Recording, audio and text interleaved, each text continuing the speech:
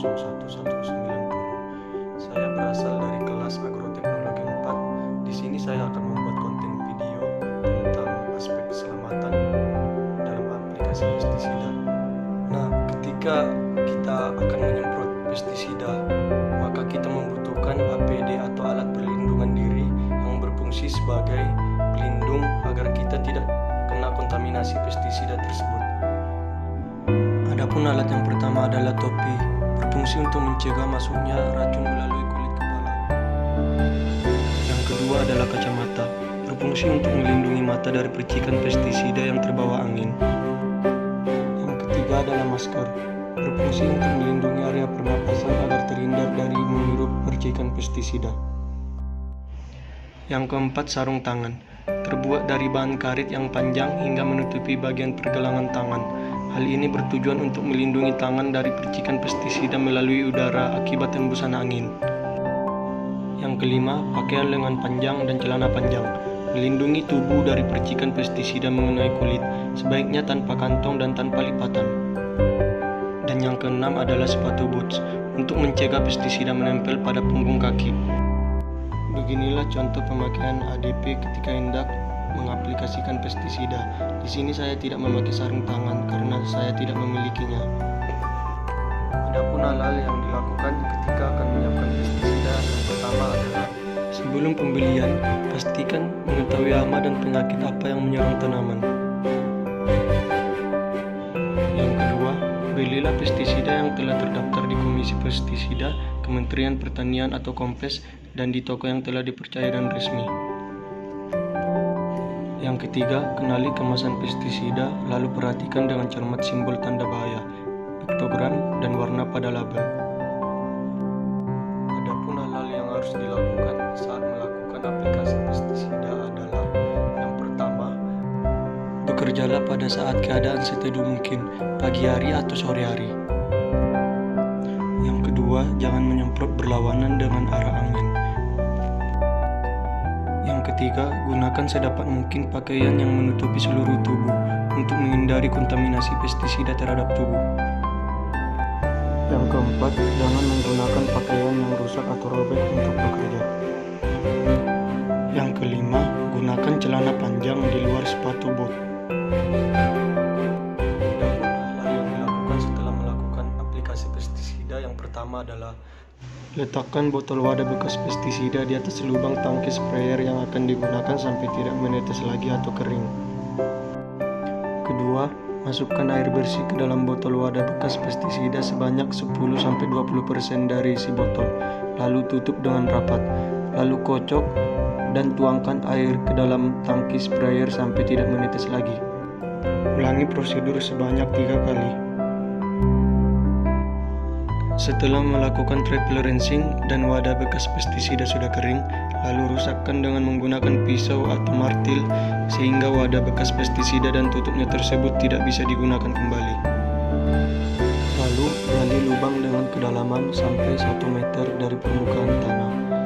Isi lubang dengan wadah bekas pestisida yang telah dirusakkan, lalu berikan bahan organik, kompos atau sampah rumah tangga dengan ketebalan 10-15 cm. Masukkan lagi wadah bekas pestisida ke dalam lubang. Ketika lubang sudah terisi mendekati permukaan tanah, lalu tutup lubang tersebut dengan tanah galian. Beri tanda peringatan dan cegah anak-anak dan hewan masuk area pemusnahan.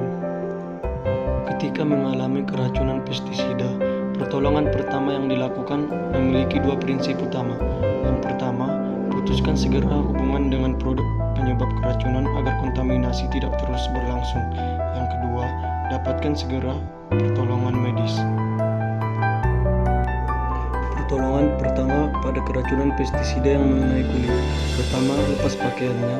Kedua, cuci kulit dan rambut yang terkena racun dengan air mengalir, lalu basuh kulit yang terkena pestisida dengan air bersih dan sabun.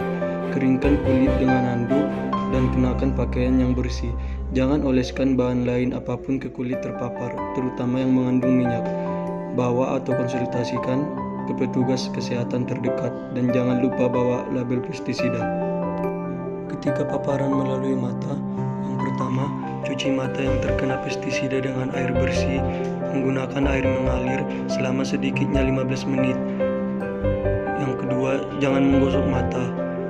Tutup mata dengan kain kasa bersih. Jangan gunakan obat tetes mata atau boroweter. Bawa si penderita ke petugas kesehatan terdekat. Jangan lupa bawa label pestisidanya. Ketika paparan melalui pernapasan, pertama, jika pasien berada di ruang sempit atau tertutup, jangan masuk tanpa alat pernapasan bantuan. Lalu, bawa pasien keluar segera untuk mendapatkan udara segar. Buka semua pintu dan jendela. Apabila pasien menggunakan pakaian ketat, segera kendurkan. Jika pasien mengalami kejang, monitor pernapasan dan jaga posisi dagu tetap ke atas sehingga tetap dapat bernapas. Lalu jaga kondisi badan tetap normal dan tetap tenang. Segera cari bantuan medis. Jika paparan melalui mulut, secara umum pasien tidak direkomendasikan untuk muntah. Pada kemasan pestisida, biasanya terdapat petunjuk cara pertolongan jika pestisida tertelan dengan dimuntahkan. Jika pasien muntah terus-menerus, posisikan wajah pasien lebih rendah daripada badan dalam masa pemulihan. Hal ini mencegah muntah masuk ke dalam paru-paru. Jangan biarkan pasien berbaring terlentang. Bersihkan muntahan dari tubuh pasien. Cari bantuan medis. Karbon aktif direkomendasikan oleh dokter untuk menyerap pestisida yang tersisa di dalam tubuh. Ketika pasien sudah tidak sadarkan diri lagi, pertama usahakan saluran pernapasan si penderita tidak tersumbat. Bersihkan hidung dari lendir, bersihkan mulut dari air liur, sisa makanan dan sebagainya. Lepaskan gigi palsu. Kemudian baringkan penderita tengkurap dengan posisi kepala menghadap ke samping. Bila penderita berhenti bernapas, lakukan pernapasan buatan, bukan pernapasan dari mulut ke mulut. Bawa ke petugas kesehatan terdekat dengan menunjukkan label pestisida yang tertela. Beberapa pestisida biasanya akan menyebabkan suhu badan tinggi atau rendah. Jika badan merasa panas, dilap menggunakan air. Jika badan merasa kedinginan, penderita diselimuti. Dan yang terakhir adalah pertolongan medis. Berikan semua informasi ke dokter atau petugas medis untuk mendapatkan pertolongan pertama yang tepat. Lalu berikan ke dokter produk yang berlabel.